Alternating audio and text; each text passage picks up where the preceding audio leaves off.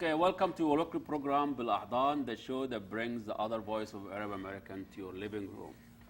Last week, I attended a Unitarian church, and I heard a very wonderful sermon there. And I really was intrigued by the activities. They usually do it every year, try to celebrate Ramadan with some of the Muslim community. And last week, they talk about Ramadan and Islam, and we always see the churches and see other people got interested in Islam, and everybody wants to know about Islam. And I would like to reverse a little bit and get interested what other people's religion, other people's beliefs. And the sermon was by Dr. Peter Edward Lanzilata. He is an interim minister there of the Unitarian Universal Church of Minnetonka. And yes, he is with us today for his busy time, and we would like to welcome you to our show. Thank you, Ahmed. BelAhdan, it is with open arms. That's the way we want to be. Sure. And I really was intrigued by that the connection and how the dialogue, how the similarity between Islam and the Unitarian beliefs and philosophy. And for so many years, my wife is a Unitarian. She goes there, she drags me there once in a while.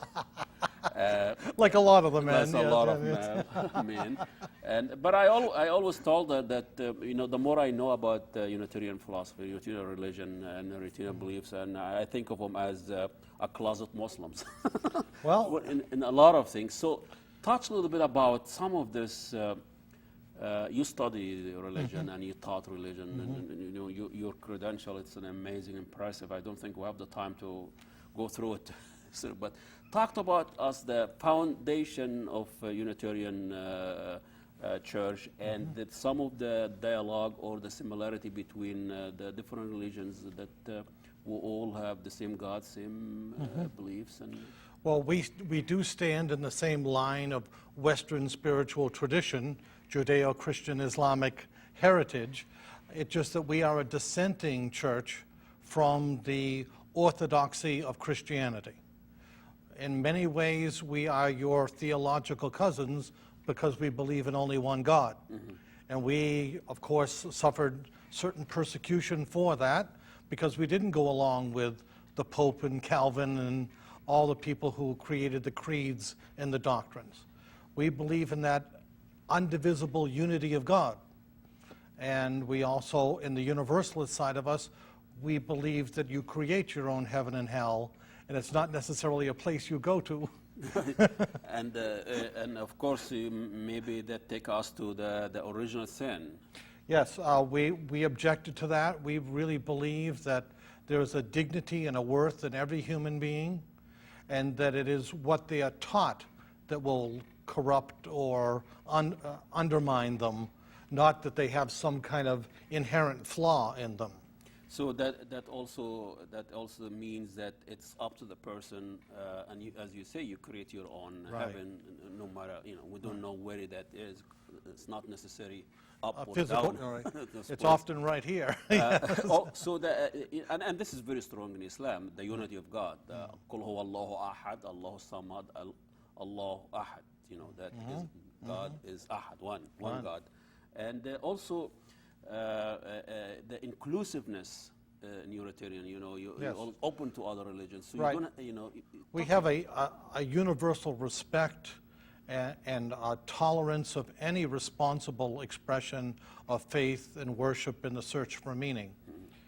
Ours is one that tries to be inclusive in embracing all paths so that people can have the freedom to come together in our communities, to learn at their own rate and investigate in their own ways, and still be provided a supportive community that will celebrate their insights and strengthen their awareness. And they have the wonderful dialogue with one another that allows them to enrich one another by sharing points on the path. So that they can discuss and learn from one another. So the notion that you have to really desert your own religion and to be a Unitarian, is that? Completely false. Because I met Jewish there, and I met Muslims. We don't have any problem if you want to go to mosque or temple or mass and still come to us. As long as you come back. Well, Of course. The idea is, I was talking to a rabbi about, also the universal Islam inclusive. This is the religion of Abraham, same God, same, Yes. We know Quran talks about Moses Yeah, more than talk people about of the Muhammad, book. people of the book, but talk about Jesus. But he struck me something very interesting. He said, we have a problem with that. And he says, we want our own prophet. I want to feel distinct, and I want to be. That's what the role of religion, to make you feel special, to make you feel. But that's not the case at all in the Universalist.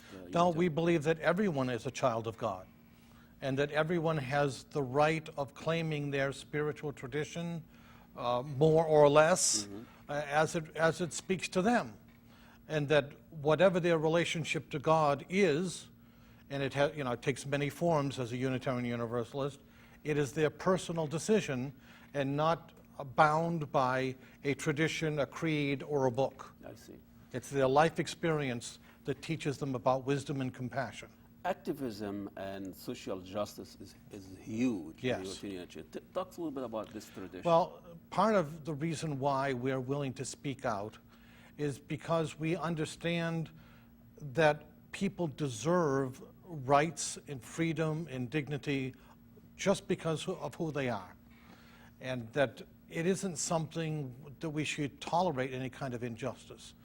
No God of our knowing accepts injustice. No God of our knowing accepts torture or abuse or depravity as being the state of human beings or the right way you practice any religion. And the idea of waiting to the judgment day to be to be rewarded or punished. In Islam, they believe that it's now.